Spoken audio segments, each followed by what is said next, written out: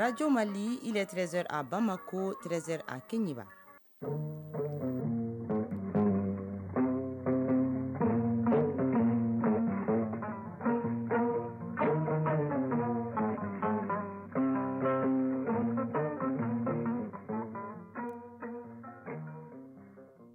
Le journal Tenemba Mounikata. La deuxième édition de Mali Actualité.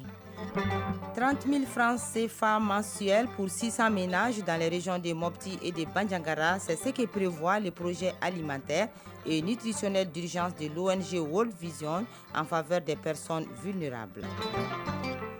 Le dernier médaillé de l'indépendance du Mali à Koulikoro est Faïra Diarra. Il est le sujet du dossier de notre station régionale. C'est un prélude à la célébration demain du 22 septembre, marquant le 62e anniversaire de l'accession du Mali à l'indépendance. Et puis, il sera désormais possible au Mali de dénoncer les cas de corruption à travers une application informatique. L'application est dénommée Kenekanko, initiée par la Fondation Touindi et l'Association malienne des droits de l'homme. Sport avec Ari Matina du football, qualification de l'AS Real au compte du tour préliminaire de la Coupe CAF. Du basketball, début demain en Australie, de la Coupe du Monde Senior Dames, le Mali sera au rendez-vous. Mesdames, Messieurs, bienvenue. Tout d'abord, c'est communiqué. Les ministres du Travail, de la fonction publique et du dialogue social communiquent en application des dispositions de la loi numéro 5040 du 22 juillet 2005 relative aux fêtes légales en République du Mali, la journée du jeudi 22 septembre 2022, fête de l'indépendance étant chômée et payée, la journée du vendredi 23 septembre suivant les jours de la fête est déclarée chômée et payée sur toute l'étendue du territoire national. Le Conseil national de transition boucle la semaine nationale de réconciliation par une journée citoyenne et sportive. L'événement qui se déroule au siège de l'organe est marqué par la remise d'enveloppes symboliques à certaines structures comme l'Office national des pupilles, la pouponnière, le village d'enfants SOS de Sanankoroba et l'Amaldem. Batraoré. Il est 7h30 ce mercredi 21 septembre 2022 lorsque les membres du Conseil national de transition se retrouvent pour la montée des couleurs. Le ton est ainsi donné pour la journée citoyenne et sportive inscrite depuis quelque temps par le CNT. Mais l'événement du jour a un accent particulier. Il se déroule juste à la veille de la célébration de la fête d'indépendance du Mali. Occasion pour le président du Conseil national de transition de rappeler le rôle joué par ceux ou celles qui se sont engagés pour permettre à la nation d'accéder à cette souveraineté nationale. Le président du CNT a aussi lancé un appel aux Maliens en leur demandant de doubler d'engagement et de courage pour la stabilité du Mali. L'activité étant à la fois citoyenne et sportive, le colonel Malik Diaw fera un tour sur les différentes aires de jeu, à savoir le football, le volleyball et le yoga. La fin de la cérémonie est marquée par la remise d'enveloppes symboliques à la pouponnière, au village d'enfants SOS de Sanankoroba, à l'Amaldem, à l'Office national des pupilles du Mali. L'activité s'inscrit dans le cadre de la Semaine nationale de la réconciliation. Plus de 3 milliards 543 millions de francs CFA, c'est le coût du projet alimentaire et de nutrition d'urgence intégré pour les personnes déplacées et les populations vulnérables au Mali. Ce projet cible 600 ménages vulnérables des communes de Dandoli, Ouadouba, Djéné et Dandougou-Fakala dans les régions de Mopti et de Bandiagara. C'est là à travers les activités génératrices de revenus. Chaque ménage va percevoir environ 30 000 francs CFA par mois et des compléments alimentaires. Financé par la campagne d'assistance de l'Allemagne ADH et mise en œuvre par World Vision, il va durer 9 mois. Idrissa Keita. Répondre aux besoins humanitaires des personnes déplacées et des familles d'accueil touchées par la crise sécuritaire au Mali, c'est l'objectif du projet de sécurité alimentaire et de nutrition d'urgence intégré pour les personnes déplacées et les populations vulnérables au Mali, qui vient d'être lancé à Bandiagara. Le coût est de 3 543 330 000 francs CFA. Etienne Kamaté, chargé de mobilisation et gestion des ressources World Vision Sévaré. Le projet cible essentiellement les ménages vulnérables, notamment les ménages IDP, les personnes déplacées internes, et les ménages hôtes vulnérables au niveau des communes de Dandoli, Ouadouba Et dans le cercle de Djéné, il s'agit de la commune urbaine de Djéné et de la commune de Dandougou-Fakala. Ce projet qui s'étend sur une période de 9 mois va atténuer la souffrance de 600 ménages vulnérables et renforcer leur résilience face aux effets de la crise sécuritaire. Etienne Kamaté, chargé de mobilisation, gestion des ressources, World Vision Sévaré. Il y a un travail de répartition du transfert monétaire qui sera effectué pour ces ménages de 42 € par mois pendant 8 mois qui va permettre aux ménages bénéficiaires d'acquérir une certaine capacité d'acquisition des biens et services en termes de food, d'aliments et en termes de mise en place d'AGR. Le projet de sécurité alimentaire et de nutrition d'urgence intégré pour les personnes déplacées et les populations vulnérables au Mali est mis en œuvre par World Vision sur financement de la campagne d'assistance d'Allemagne ADH. Mopti, Idrissa Keïta et Suleiman Tebsouké pour l'ORTM. Dénoncer la corruption et les violations des droits de l'homme à travers une application informatique dénommée Kenekanko, c'est ce qu'entend faire la Fondation Twindi et l'Association malienne des droits de l'homme. Elles ont procédé au lancement officiel de cette application et du projet d'appui à la lutte contre la corruption et le monitoring des cas de violation des droits de l'homme. Valentin Roger Diallo.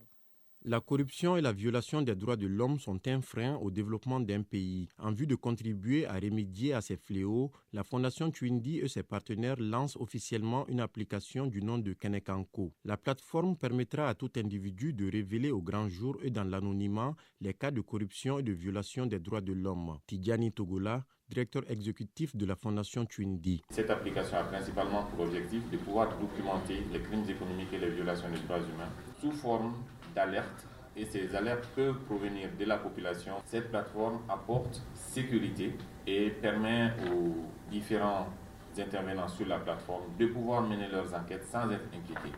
Un projet d'appui à la lutte contre la corruption, le monitoring des violations des droits de l'homme est aussi lancé. Pour une durée de 11 mois, le projet couvrira 17 localités des régions de Sikasso, Ségou, Mopti, Gao, Menaka, Koulikoro et le district de Bamako. Maître Mokhtar Mariko, président de l'Association malienne des droits de l'homme. Premièrement, il s'agit de mettre en place un réseau d'organisation de la société civile qui fera le monitoring et la documentation des cas de corruption et de violations perpétrées dans les zones couvertes par le projet. Il s'agira deuxièmement de procéder à la sensibilisation des populations, des acteurs de la justice, de la sécurité en matière de prévention de lutte contre la corruption et la violation des droits de l'homme. Boubacar Sidiki Diarra, secrétaire général du ministère de la Justice et des droits de l'homme. Le problème de la dénonciation dans notre société, ce n'est pas quelque chose de facile. Parce qu'on considère le dénonciateur dans notre société comme le délateur. Mais à un moment donné, c'est-à-dire si nous devions dénoncer au nom de la société, si nous devions être considérés comme délateurs en apportant sa pierre à l'édification de la société, que la délation soit la bienvenue. L'application Kenekanko est pour l'instant disponible en version Android. Un site web dénommé kenekanko.com est aussi opérationnel. Dans le cadre de la célébration de la fête du 22 septembre, la station régionale de l'ORTM Koulikoro s'intéresse à Faïra Diarra, le seul survivant des médailles d'or de l'indépendance du Mali à Koulikoro. Il fait partie des 10 personnalités décorées le 7 octobre 1966 par feu président Modibo Keïta lors de l'inauguration de l'IPR IFRA de Katibougou. Faïra Diarra est aujourd'hui âgé de 98 ans et fait partie des personnes et ressources de la cité du Méguétan.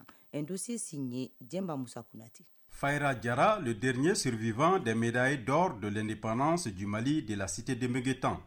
Né à Koulikoro il y a 98 ans, Faïra Diarra quitte les bancs en 1942 alors qu'il faisait la 6e année à l'école régionale de Bagadadi Bamako. N'ayant pas fait de longues études, le natif de Koulikoro-Gare a vite commencé à travailler dans des entreprises comme les huileries soudanaises, l'actuelle Ikoma, la messagerie africaine, l'actuelle Komanave, comme sous-commissaire de bateau et à la compagnie française de l'Afrique occidentale CFAO, une maison de commerce française, ensuite au chemin de fer avec un salaire de 200 francs français. Faïra Diarra, médaille d'or de l'indépendance du Mali. J'ai quitté l'école en juin 1942.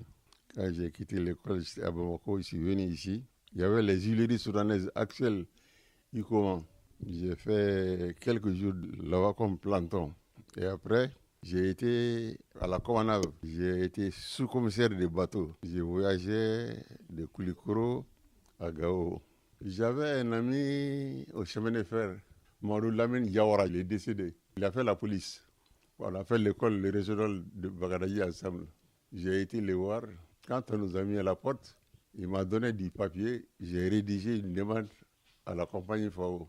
La réponse est venue un dimanche 1er mai. C'était Ousmane Daou qui était le comptable.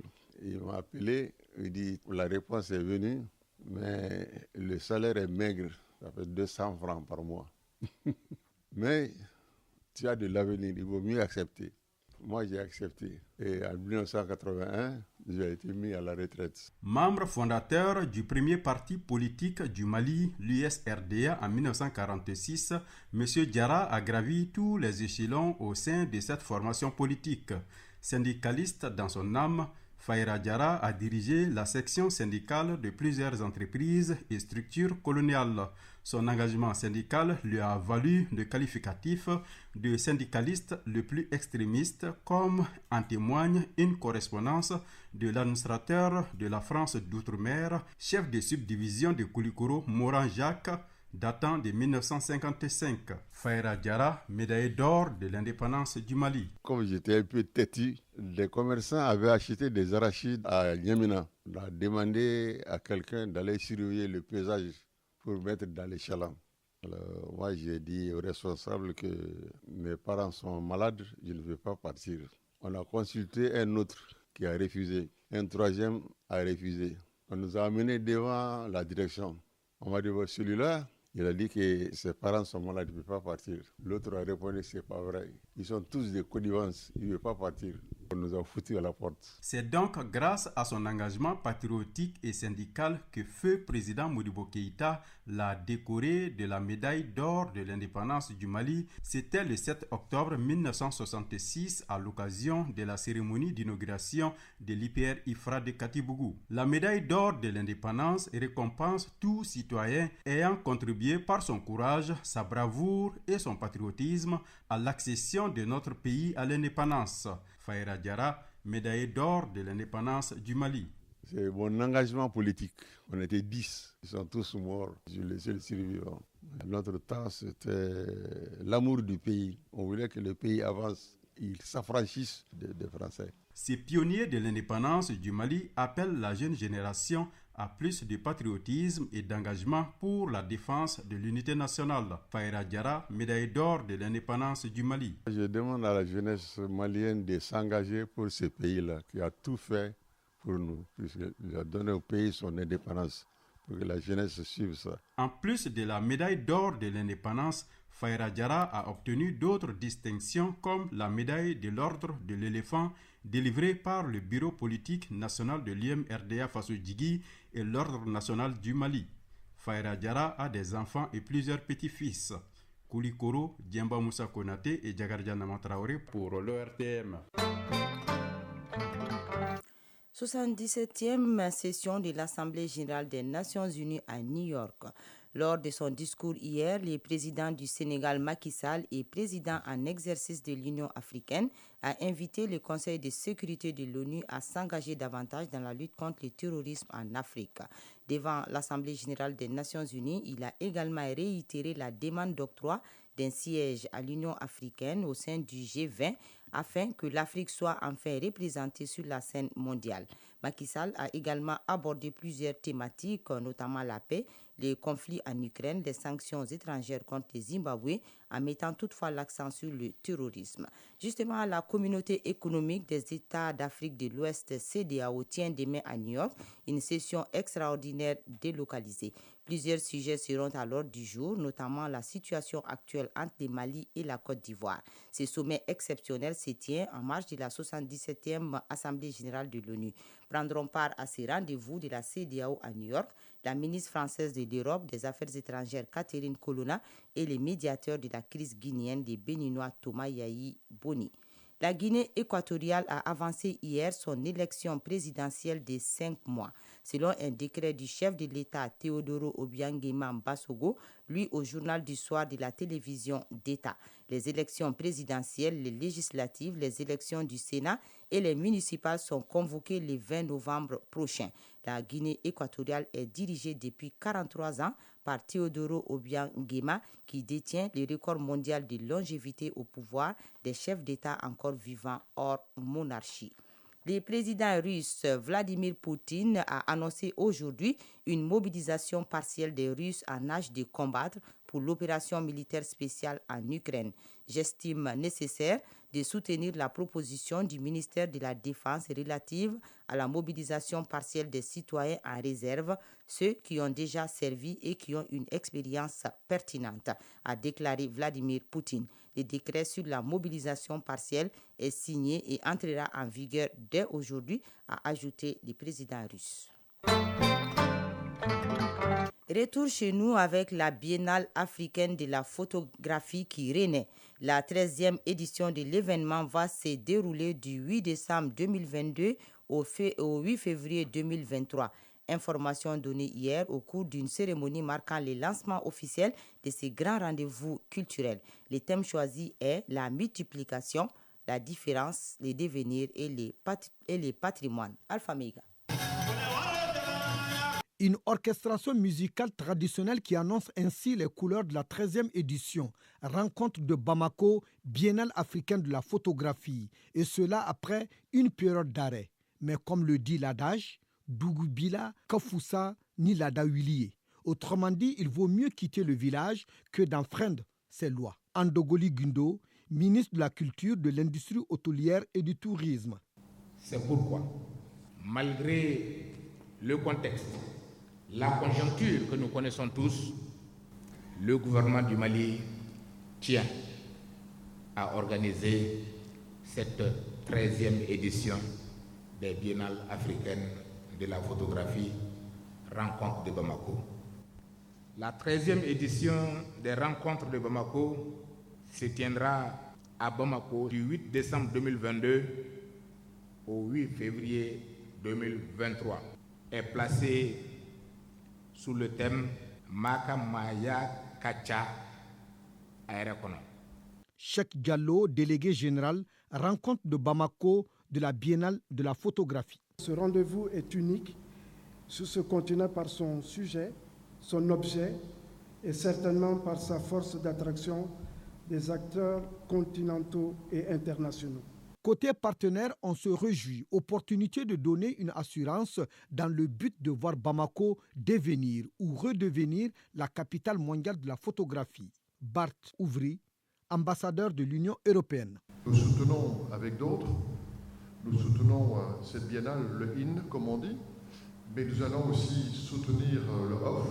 Nous allons y contribuer avec une exposition qui sera intitulée Kungo Fitini. Andogoli Gundo, ministre de la Culture, de l'Industrie hôtelière et du Tourisme.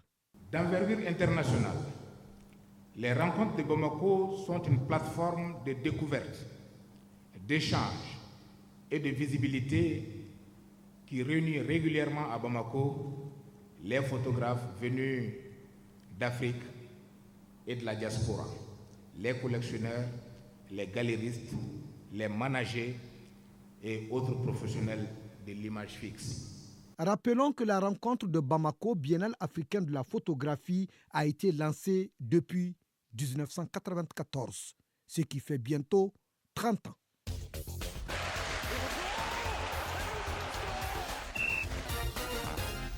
Bonjour Ari Matina. Bonjour Tenamba Monikata. Bienvenue à la page sport football, match retour du tour préliminaire de la Coupe CAF. L'AS Real de Bamako s'est qualifié hier en battant l'AS Douane du Burkina Faso.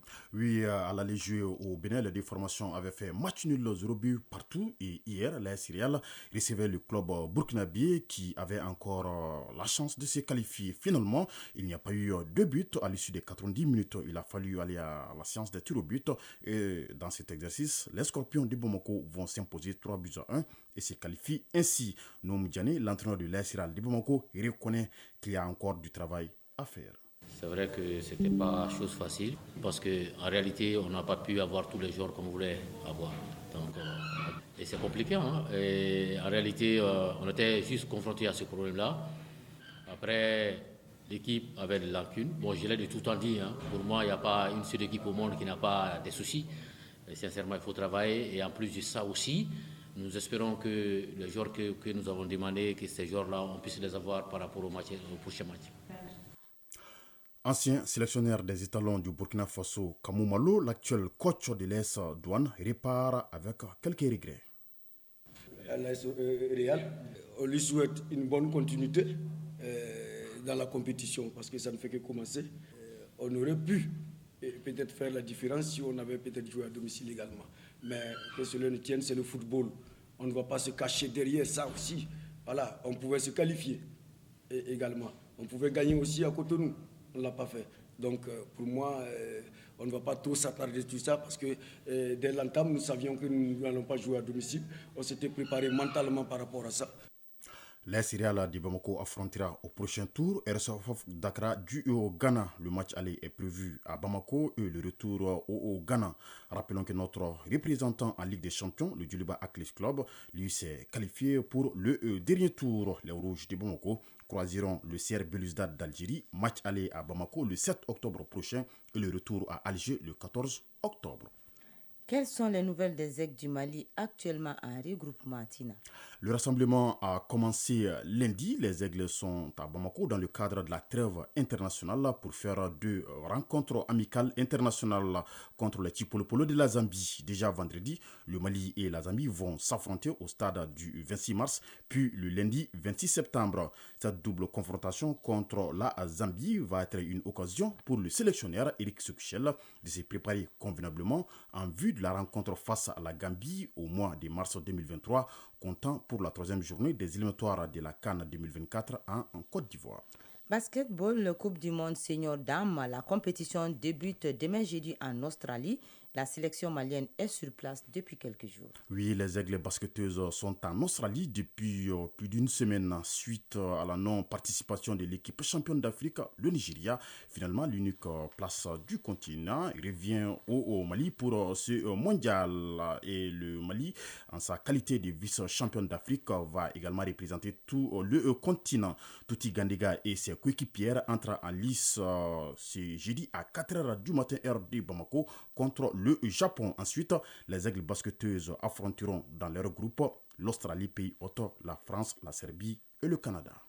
Merci Ari Matina et c'est sur ce à 13h23 que se referme cette édition. Une présentation de Teneba Monikata mise en onde assurée par Bintou Traoré et Sidi Koulibaly. Réalisation d'Ose Baba Diara, Maïmouna Guindo, mise en ligne par Abdoulaziz Koulibaly. Coordination Ousmane Dao. Merci à vous de nous avoir suivis.